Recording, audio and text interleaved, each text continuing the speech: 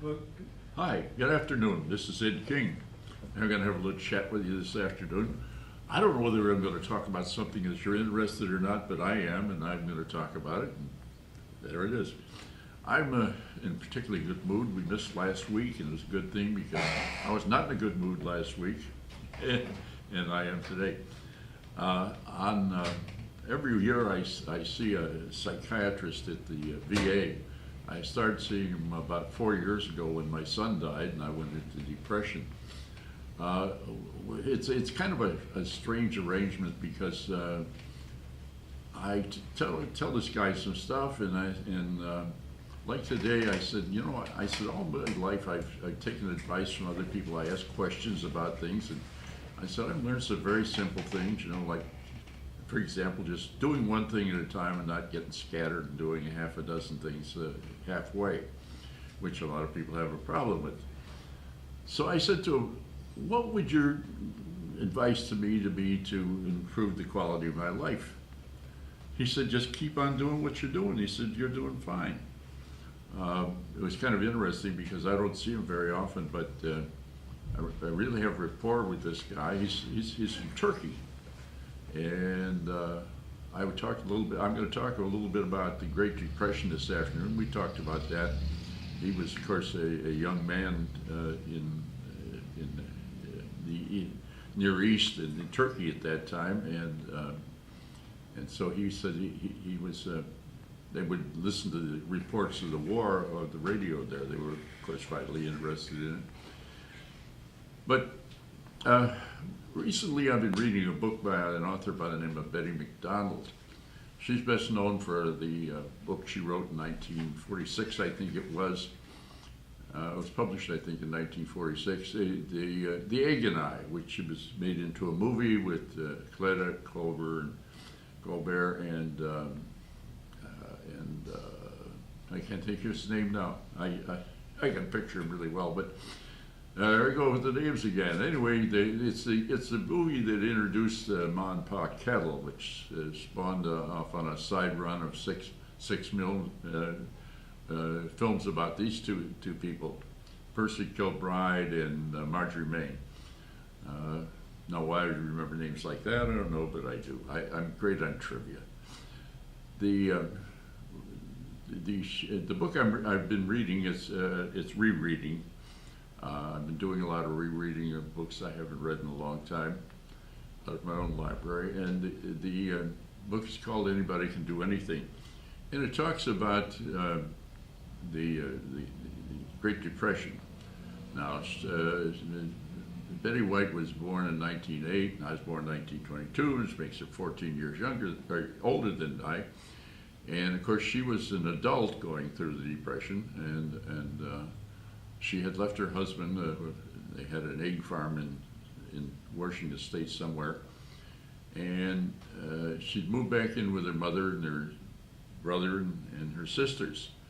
And they talked about how what they did. They ate a lot of meatloaf, and she talked about the prices and things in those days. And I'm going to dwell on that a little bit afterwards, but she mentions the fact that you could buy hamburger for 12 cents a pound, and coffee was 17 cents a pound. Well, I remember those days, and cereal was a nickel a box. It wasn't a huge box, but it was a nickel a box. So it's hard to, in today's economy, to relate to things. When I think of people making these vast sums of money, but it isn't real money. We've had so much inflation over the years, which is something I unfortunately didn't factor into my retirement plans enough. Some I thought, and I also thought that I was going to keep earning money, which I didn't, and so life goes on. One of the things that I observed, and I think I had talked to George about this at one point here in the program, was my perception that people were a hell of a lot happier in those days than they are today. And they didn't have these heavily structured lives we have today. Now, I got to thinking about it and thought, well, that's probably a child's perception because my folks lost their home in Independence, Ohio, outside of Cleveland in the Great Depression. I didn't know we were losing our home. I just thought we were moving. And why, I don't know why we were moving, but anyway, we were moving, and I had no idea they'd lost the home. So, sometimes a child's perception of what's going on is not always very true. But she, in this book, makes the same observation. And she talks about the fact that people used to cluster around the radio. That is virtually, I lived in a small country town when I was growing up, and that was virtually the only entertainment we had, unless you wanted to go down to the barber shop and watch a few haircuts on Saturday night. That's an old joke from Herb Schreiner, but it's a true one. We used to do that. I mean, it gets terribly boring in a small town. But people seem to have more time to talk to each other. Of course, unfortunately, a lot of that was forced time. They didn't want to have this time on their hands, but they didn't exactly fritter it away. They would have these conversations. And as a kid, I would go down to Merkel's grocery store and listen to these farmers. They come in there and gather on the porch in front of the grocery store and weekend nights, and they would. It's interesting because none of these people used any profanity, at least in the presence of children. And so it was a wholesome environment, and I'd listen to these people, and because entertainment was a thing. Probably all familiar with Woody Allen's Radio Days. This is a great example of people living together in one house during the Depression, where this whole family is there, and they all have something to do. They're playing a board game, or they're listening to the radio. Somebody's doing their fingernails, this sort of thing. Everybody has some kind of an activity they're doing, but everybody seems to get along well. When we lost our home in 1936 and moved into Cleveland, there's a gentleman that lived next door to us, Dr. Kuta, a Polish doctor, and he had 4 or 5 children, I forget now. 2 daughters, 2 sons, that's it. No, 3 daughters, 2 sons. And they were all living together there because the oldest daughter had a boyfriend, but they couldn't get married because he didn't have an income. He was a milkman, but he didn't have a sufficient income to support them. And of course, the society was a little less sexually active in those days, in that these people didn't have any money to go to. Of course, there were not so-called motels then, there were hotels, but they couldn't afford to do that, so they'd have to restrain themselves, I guess. But it was such a different world than it is today. My great-grandchildren are their lives are so structured, with tennis lessons, horseback riding lessons, soccer. They had one great-grandson playing this crazy type of baseball where they hit it off a peg or something, and they had him doing that at 5 years old. Now, I don't know, but organized at 5 years old.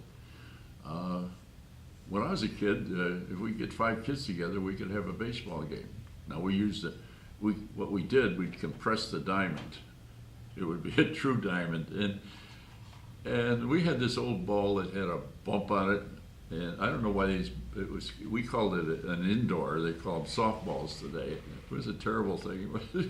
The threads were coming loose and everything, and we had one of our friends had the grandfather who used to get the broken bats from the town team, and he would repair them for this kid. And so we always had bats, which were relatively expensive even then. They used to have a baseball called a nickel wonder or something. It looked like a baseball, but had some kind of a cover on it, stitched cover on it, but it was filled with sawdust. You hit that thing with a bat, and there was no more baseball there, no more whatever it was called. So I just, I guess when you get old, you reminisce, but then you see things in a lot better light than they really were. Maybe that's true. But as I say, the families were closer. Of course, my family is so scattered. We used to, at least when we were all in the same general area, used to get together at all the holidays and have a big dinner and so forth at my house. But now I have kids and grandchildren and great-grandchildren all over the United States. I've got them in Virginia, in Ohio, in Arizona, and in Louisiana, and just we just don't have the closeness. Now I am looking forward to the next week or two. My stepdaughter Kathy, who is now 50 years old, she's my youngest, and who we love each other dearly and have always gotten along beautifully. I think I talked on another program about the fact that she sent me such a great Father's Day card, and I'll repeat it because I'm so proud of it. It says on the cover, "I know I wasn't born your kid, but you were born to be my dad." Then she goes on to tell me how much she loves me. Well, she and her daughter Amanda, and Amanda's two children, two of my great-grandchildren, are coming down together. We're going to pick them up in Tampa. And when Amanda was here, she and I, when she was a child, starting about the same age as her daughter, who was 6, although she started visiting us on her own when she was 5. And I've talked about that before, and I was repeating myself, I think, on this one. But Amanda and I used to pal around. We used to go to dinner together. My wife had a job where she was working evenings in the treatment center at the old doctor's hospital, and Amanda and I would go to dinner sometimes. We would go to other social activities together. We would and I would read to her. She still remembers.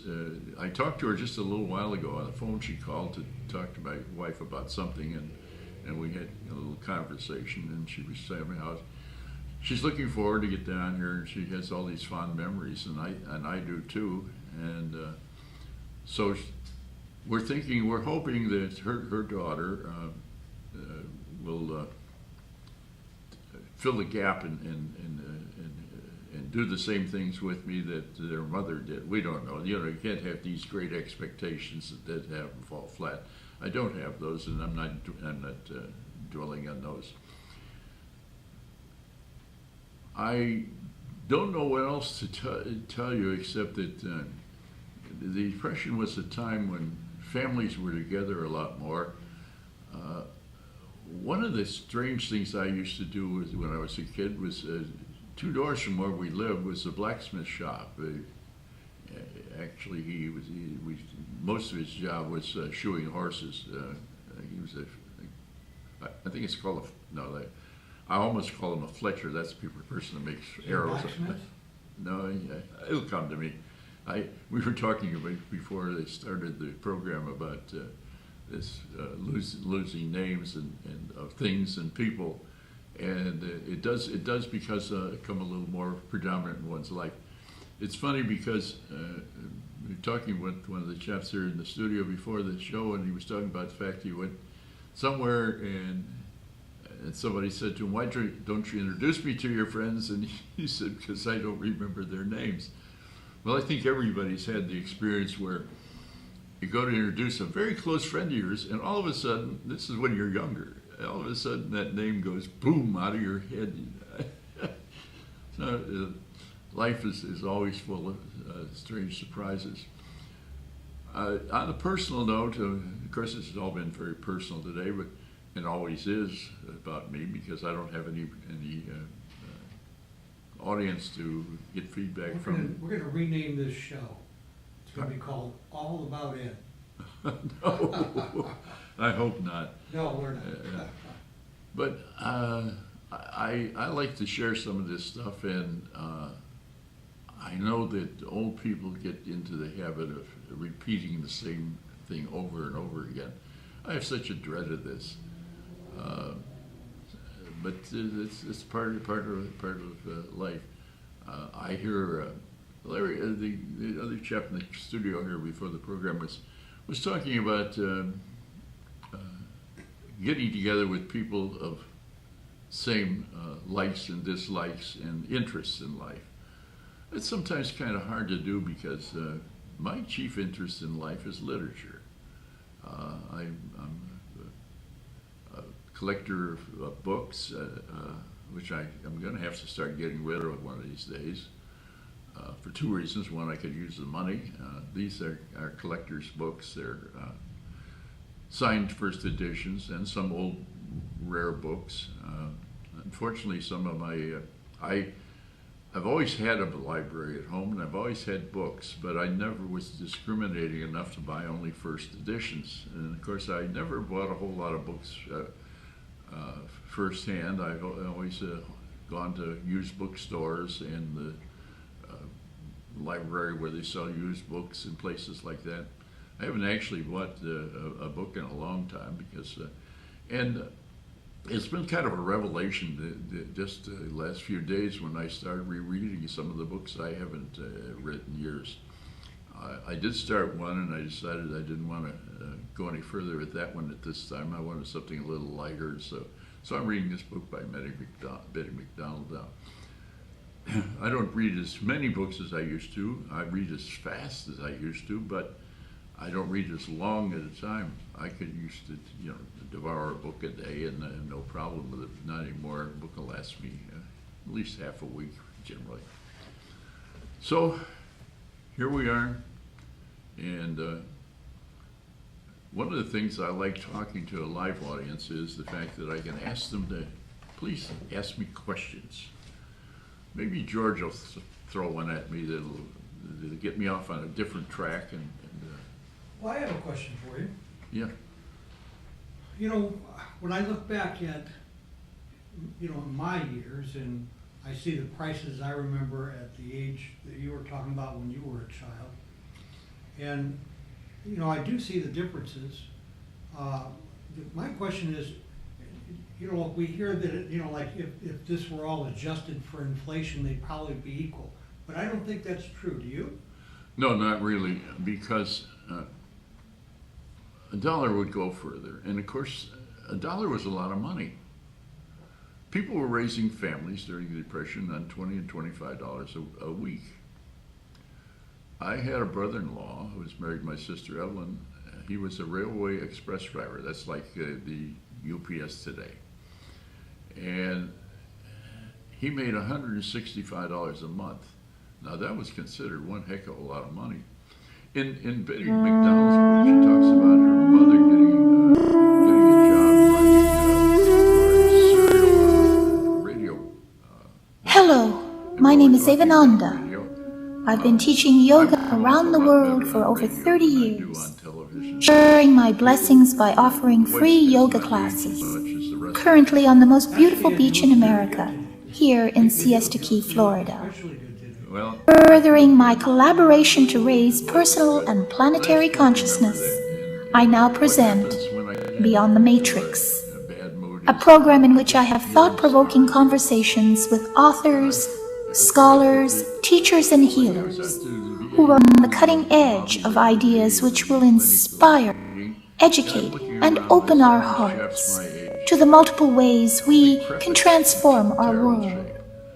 It's not their fault. They haven't brought it on themselves. Because if they, had some bad habit,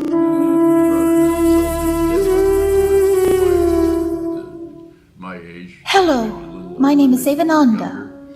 I've been teaching yoga around the world for over 30 years, sharing my blessings by offering free yoga classes, currently on the most beautiful beach in America, here in Siesta Key, Florida.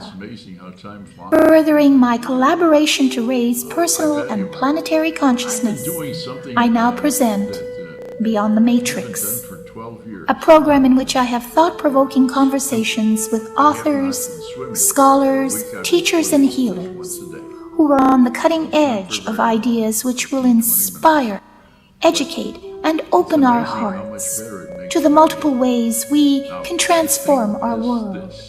I am an excellent swimmer, but I am afraid of the water. I have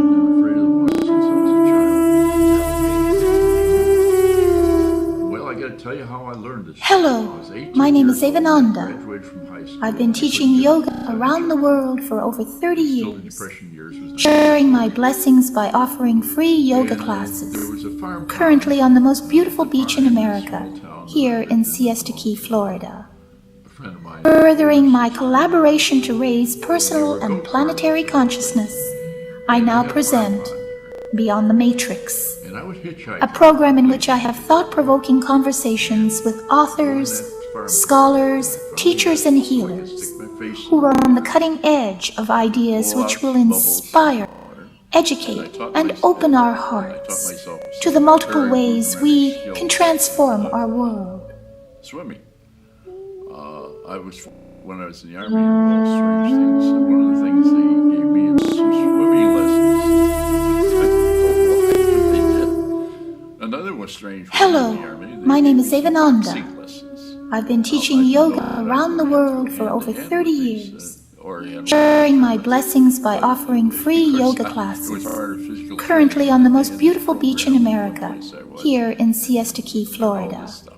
Crazy. Furthering my collaboration to raise personal and planetary consciousness, I now present Beyond the Matrix, Going out in the water. a program in which I have thought-provoking conversations with authors, scholars, teachers, and healers who are on the cutting edge of ideas which will inspire, educate, and open our hearts to the multiple ways we can transform our world. She isn't always available when I go out. But I don't know why. I was afraid, well, maybe I'll have a heart attack out there, drowned in the pool, and I don't know. Went through this crazy stuff in my head. It's amazing the things that we can think about and the excuses we can make. And I think one of the reasons that I had hesitancy for going out there recently was the fact that I'm not in very good physical shape anymore. Hopefully the swimming will give me some muscle tone again and bring back some of my physique that I've lost. It's amazing. I'm pretty stick through the middle yet, but my arms and legs are getting thinner and thinner. Our face is getting thinner. This is pretty narcissistic talking, but that's the way it is. I have to look out for myself before I can look out for anybody else. I do try to help other people. I get phone calls. I get one yesterday. A woman, her husband is deep in the throes of alcoholism and drug addiction, and can't seem to break it off. And she said, I've been with this man for 8 years, and he's in. I said, well, you ought to go to an Al-Anon meeting. And she said, no. She said, well, there's only 12 of them. And I said, there's a lot more than that. But I could see that what her real game was. She just needed somebody to talk to. She just wanted to lay out all her problems. Now, this is a professional woman. This is not a dummy. Well, my thinking, she's not too swift if she puts up with the situation she's in, which has not been long-lived, I think. I think that we're probably getting close to the end of the time, aren't we, George? Well, we got about, we can stop at any time, Ed. If you run out, we can make it an afternoon if you got another 5 minutes. Let me think here for a minute. There's probably something. I know what I was going to talk about. The prices of things that are in depression. And I was going to talk a little bit about the jobs I had, which I may have talked. When I graduated from high school, there was no jobs available. And I know I mentioned this in one of the previous programs. What I'm going to say is that I did have a job with Kroger's. I would go down to their warehouse on 55th Street, walk down there from where we lived, which was quite a long walk. And then they would send me out to a store. Well, this went on for several weeks. I didn't get paid till I hit that store. The last weekend that I worked, the last Saturday I worked for them, it was an hour and a half streetcar ride to this place and an hour and a half back. And we made 32 cents an hour because we were union. The other stores chain stores were 28 cents.